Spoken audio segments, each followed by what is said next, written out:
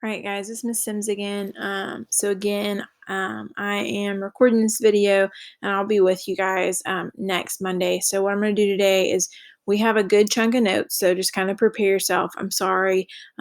This is kind of just there's a lot going on during this time period, and especially because of going to remote learning last March. I've got to cover some of the stuff that you guys maybe covered, maybe didn't get to cover in 7th grade. So there's kind of a lot. And then after that, I'm going to explain a project that you guys are going to do on Thursday and Friday during your remote days. So kind of hang in there for that. And as always, I've highlighted what I would like for you guys to write. There's some things that we're going to talk about that you won't have to write. So you'll notice that some of the things are not highlighted. So just kind of remember that is the expectation. So let's go ahead and get started. If you guys remember from yesterday, this slide, we talked about the United States was gaining some new territories. Okay, so we're going to talk about where those come from today. That's where we're going to focus, are these places right here. So scoot forward. Oh, okay. Alaska is the first one that we're going to talk about. So if you are familiar with a map, this is Alaska. This chunk of land right here is Russia.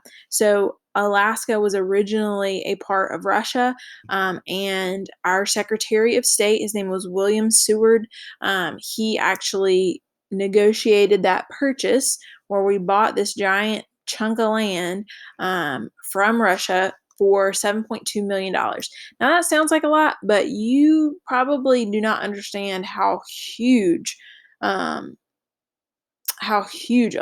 is. That was like less than 10 cents an acre at that time period. So that is super duper cheap. And we know today that Alaska has a whole lot of oil in it. That oil at this point in time was kind of a annoying thing. It was a nuisance, but as we know today, that's going to be worth a whole lot of money. Also, there's a lot of natural resources like timber and lots of wildlife and like we said, oil that's going to be in Alaska, but they don't really know all that at this time. And so a lot of people thought that this was a complete and total screw up. And so they actually called this purchase Seward's Folly or Seward's Icebox. Folly is kind of like a mistake. So it would be like us saying Seward's screw up is how we would probably describe it today. An icebox was the precursor to, sorry, that was my husband sneezing. And again, was the precursor to like a refrigerator. It's kind of like a really nice cooler. So basically, they were calling it Seward's Cooler. They basically were like, "This is stupid. Why did you buy this?" But it turned out to be a really great purchase for the United States. This is going to eventually become, I believe it's 1949. Alaska is going to become our 49th state. Okay, I might be wrong about when it became, but I know it's our 49th state. So, anyways, you're looking at the map. I want you to zero in where you think Alaska is. If we were doing this in person, you would get to take your little icon and move it to where you thought Alaska was. So find on the map where you think Alaska is. All right, if you said right here, you are correct. That is where it is. But remember, the world is not flat. It is a sphere, meaning giant ball. So Russia is like right here. So this part is very close to this part. All right, Hawaii. This is not, we do not buy Hawaii. We steal Hawaii. And they're like native Hawaiians are still really, really, really upset about this and want us to give it back. So here's kind of what goes down in Hawaii. So at the time, well, and today, a bunch of Americans moved to Hawaii to have sugar plantations and other fruit plantations. Now, be careful. I don't want you to think like plantation like slaves. Slavery is over, and it has been over since 1865. So don't think that. But what we mean is like very, very, very, very, very large farms. And frankly, the native Hawaiians that were working on these farms were treated absolutely horrible. So that part's not far off. But slaves are not a part of this. But anyways, Americans are going to move there because sugar grows really well there, and sugar is worth a lot of money at this time. And then also like pineapple plantations, things like that. So they are making a ton of money. And as a result, those American plantation owners start to pressure the king of Hawaii. And he is going to give those Americans some rights in Hawaii. Hawaii is its own country with its own king. Okay.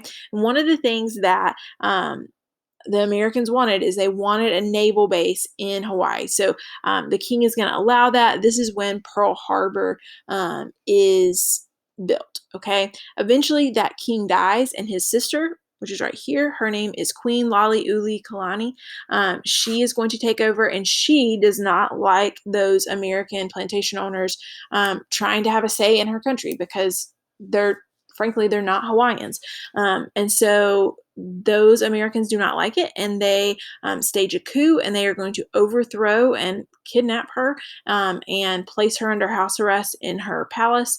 And at that point, they take over the country. They call the president of the United States at the time, and they're like, hey, we took over Hawaii. Send some backup. And basically, they do. Hawaii is going to become a territory in 1898. And then eventually, it's going to be 1959. It's going to become the 50th state. Okay. All right. So Hawaii is, you can't actually see it on this map. It is a set of islands that are like kind of over here. So it would be like kind of over here. Okay. All right, so if you've ever heard of Dole, like the fruit company, so this is Sanford B. Dole. He had a plantation in Hawaii, and he was one of those people that helped overthrow Queen Laliʻuʻikalani, and he is going to be put in place as the governor of Hawaii or the leader of that territory after the queen is overthrown. So his company is still making money. So a lot of the things that are happening during this time period, they have still got they still like are they're still important today. Okay. So if you guys we will put this slideshow on Google Classroom. So if you want to know more about it, you can watch. This is like a short, like 10-minute video, and it explains more about it. And you'll see that the way the United States took Hawaii was pretty messed up. So anyways, if you're interested in that, that is right there. Okay, so moving on. We've bought Alaska. We've purchased Hawaii. So now we're going to move on, and we're going to talk about like Cuba and some other things that are going on during this time period. So during this time period, there's something called yellow journalism. I want you to be careful. Do not mix this up with muckrakers. There are some things in common, but it is something different. Okay, so you guys, you did your muckraker posters recently. This is different. So yellow journalism, I want you to think of it kind of like a tabloid, okay? Or kind of like the paparazzi or like the ridiculous like news articles that you see online that just aren't true. That's kind of what this is. So what this is American journalists who were writing about things that were happening. It started in Cuba, okay? So Cuba at the time was controlled and owned by Spain.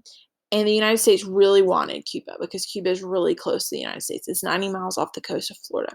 And so what these journalists do is they start writing stories about these terrible things that the Spanish are doing in Cuba. Okay. They talk about the horrible conditions, the way the Spanish people are treating Americans. This is one of, so to fully understand this, you've got to understand that during this time period, like a woman that like showed her wrist or her ankle was scandalous. Like you guys would all be considered like in a state of undress right now, I'm sure, even in winter.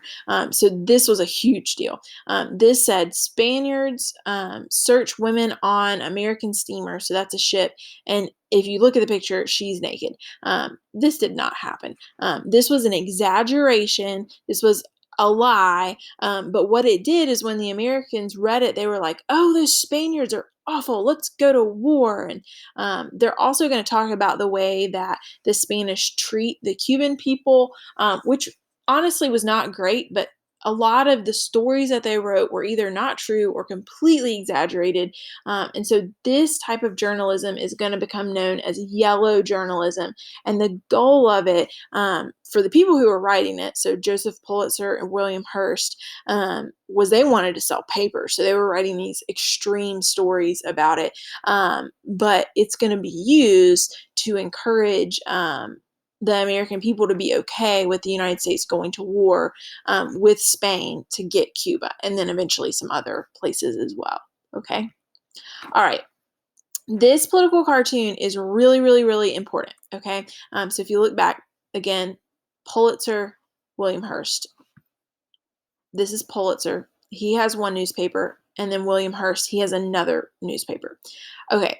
So what I want you guys to look at is, what are these two men building? Okay, what does this cartoon say that these two men are building? So they're putting these blocks and they're building a tower, but what is this tower? And if you look at it, it says war. And so with their two newspapers, they are basically building the reason that the United States is going to go to war. And we're going to see some of that in just a second. Okay.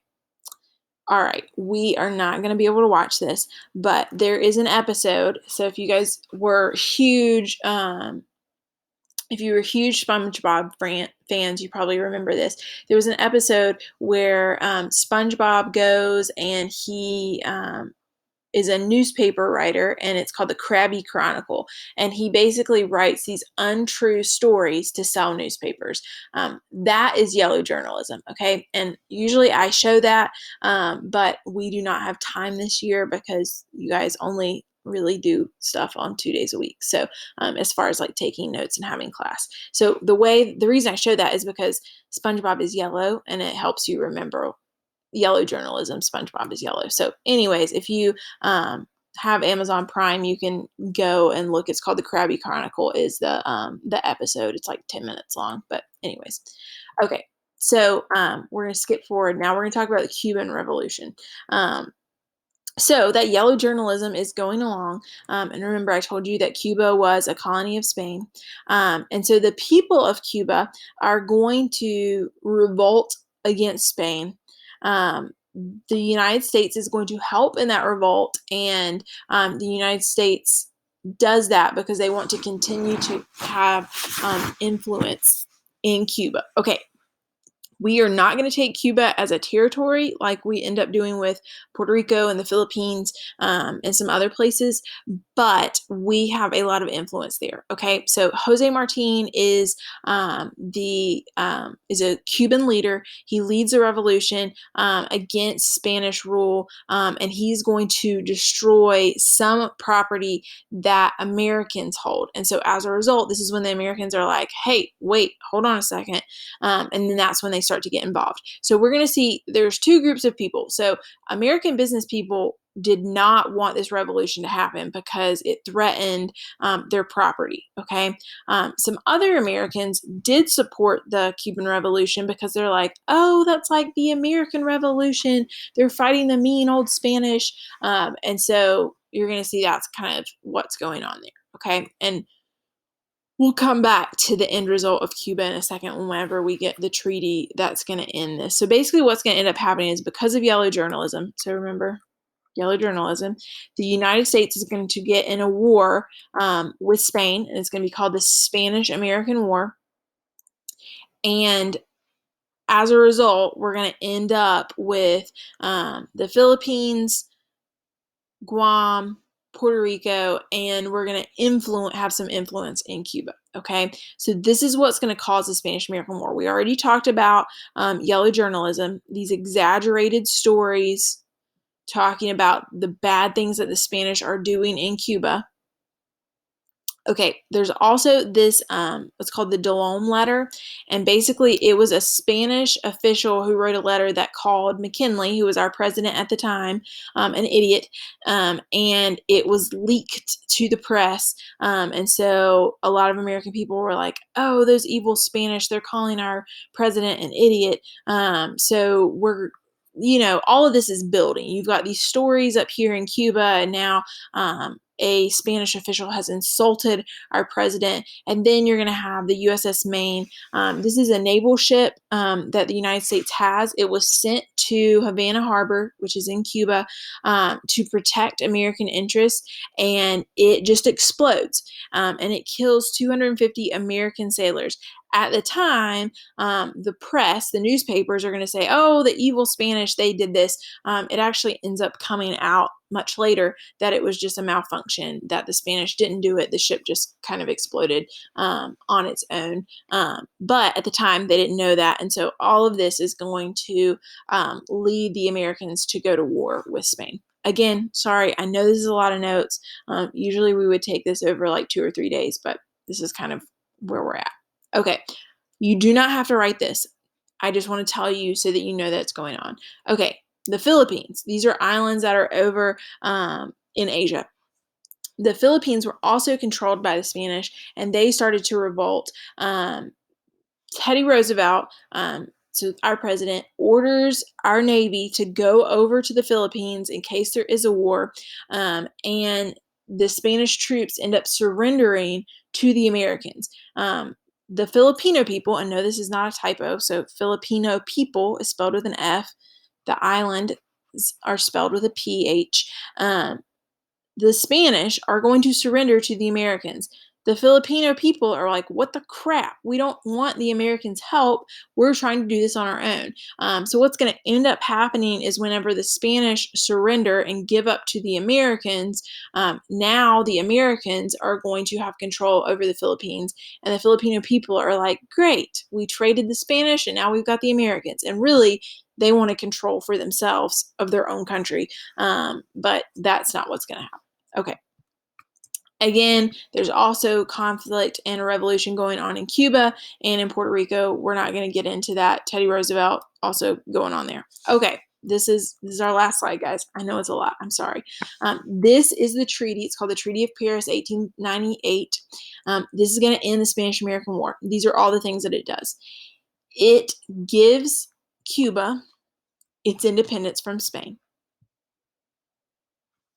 but Cuba has to put into its constitution this thing called the Platt Amendment, which basically says that Cuba cannot sign a treaty with another nation without America's agreement.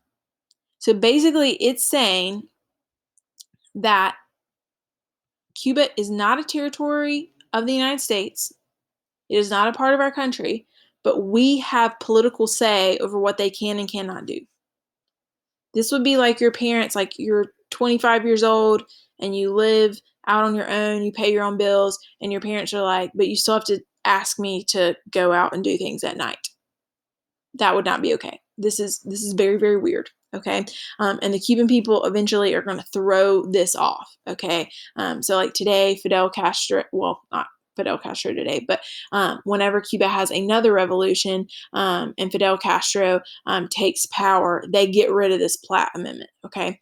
All right. So going on, Treaty of Paris.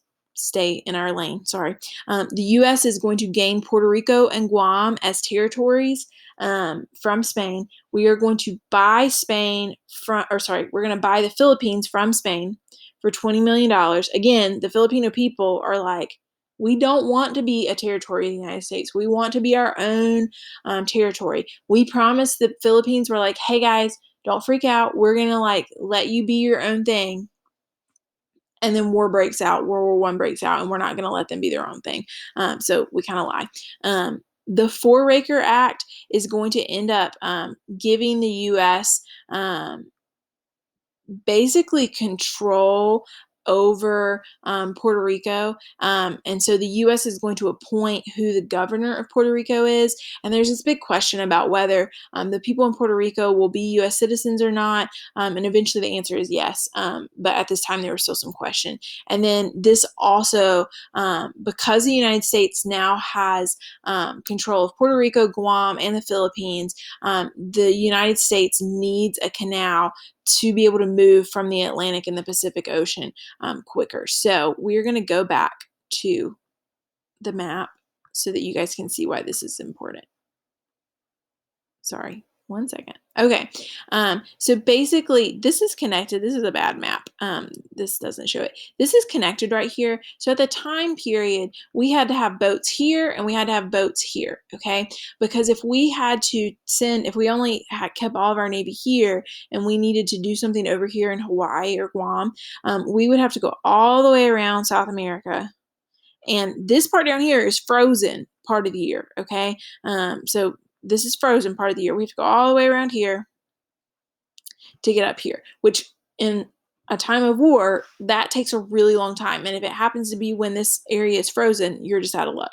So basically what's going to happen is a canal is going to be built right here eventually. And so you can go through there. It's not as wide as this. This is just a bad map to show that. But that's whenever I say canal, they realized that they needed to build a canal. Okay, that is it for the notes. Okay, so I'm going to explain what you guys are going to do on Thursday and Friday. Okay, so if you look at this, this is not actually going to be due until next Tuesday, but the Thursday and Friday are the only days I'm going to give you to work on it, like during your class time. The reason I'm not making it due until Tuesday is because I want you to work on it Thursday and Friday, and if you have any questions, that way you can ask me the following Monday if you have any questions. Okay, so this is the document.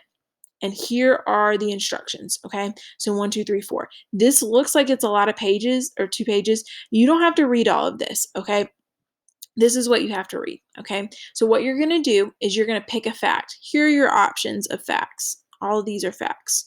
These are facts about World War I, okay? So you're gonna pick a fact and you are going to make a nice poster for this, okay? So you're going to list your fact on the poster and you're going to have a prominent picture. That means your picture needs to take up the majority of the poster. You need to be as creative as possible, and the nicer this looks, the better this grade will be. If you do an awesome job, you will get well over 100, okay? And some of you guys desperately, desperately need this. Okay, I'll talk about the picture in just a second. So you pick your fact. So say I want this one right here. I'm going to write my fact on my poster. I'm going to draw a very big picture that represents that fact, and then I'm going to create my own caption. So that can be like a slogan or like a sentence. Okay, so I should have thought about this. Give me just a second. I'll show you guys like what this can look like. Sorry, I should have thought about this earlier so that I could already have this pulled up.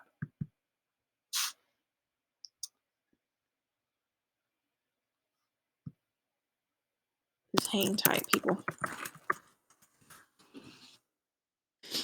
Of course it's not right. Oh no. Okay. So what this is going to look like, let me pull up a Google Doc. So you guys can do this digitally or you guys can write this out. It's completely up to you. If if you like write it out and draw it out, then you're going to need to take a picture and submit it on Google Classroom. So I don't care where you put this stuff, but just because some of you guys I know are, you need to see it, you can't just hear it. If this is your poster, you can have your fact like blah, blah, blah, blah, blah, blah, blah, blah, blah, typed out here. And then you could have your giant picture right here. Usually I would draw this on the board. Sorry, guys. Well, here we go. Drawing. Yes. Lovely. So if it'll let me draw. So I'm going to draw, you're going to draw like something nice. I'm just putting mess here so that you can see it. Okay, save and close. Okay, so you've got your beautiful drawing here, and then down here, you're going to have your caption or like your slogan down here. Okay, like I said, I really don't care if you move this around. Here is the deal with the picture. I would strongly suggest that you hand draw it. Even if you are not a good artist, I know a lot of you guys are like, I'm not doing this because I'm not a good drawer. Don't do that. Here's a hint. If you have something that you want to draw, like if you want to say, okay, I'm going to draw a rat, you'll see some of the facts have to do with rats. What you should do is type in like rat cartoon and look on the images, and these drawings are a lot simpler. Like something like this, you could literally trace, or if cartoon doesn't give you a good one, you could put coloring, and this will give you something that you can trace, or a lot of times you can look at this and you can draw. So the main thing is I want to see you put some time and some effort into this. Okay, so even if you're not the world's best artist, I can tell if it took you 10 seconds to draw this. Okay, so I want to see some effort. Okay, if you do not want to draw it, you can get a picture off the internet, but you have to significantly change that picture. So that could be using Photoshop, that could be using Google Draw, or something like that. That is something that you're going to have to figure out that technology on your own. That's why I am encouraging you to draw this. Okay, Miss Smith is probably going to show you guys some examples of these posters. I've got several in my room, so she is either going to bring them so that you guys can see them, or have pictures of them or something. Or if you want to come by after school or something, possibly that's an option. Okay. This is what you guys are going to work on. I'm giving you 2 days to work on this, Thursday and Friday. So I expect this to be really good. Again, you've got your facts right here. You pick which one you want to use. And you can shorten it. Like if you pick this one, this one's really long, you can shorten this fact. You're going to, again, your instructions are here. You put your fact on the poster, you have a prominent picture, and then you're going to create like a caption or a slogan. If you have other facts that you find on your own about World War I that you want to use that are not listed here, shoot me an email with the fact and where you found it. Like if you found it on history.com or something, and I will probably tell you that that's okay and you can use that instead of my fact. Okay. All right. If you have any questions, shoot me an email. My email address is masims@caldwellschools.com. I'll make this really big so that you guys can see it. So if you need to send me an email, here's my email address. Again, this is going to be due on Tuesday of next week, and it is a test grade. It's actually a project grade, but it's the same as a test grade. Okay. All right. Thanks, guys.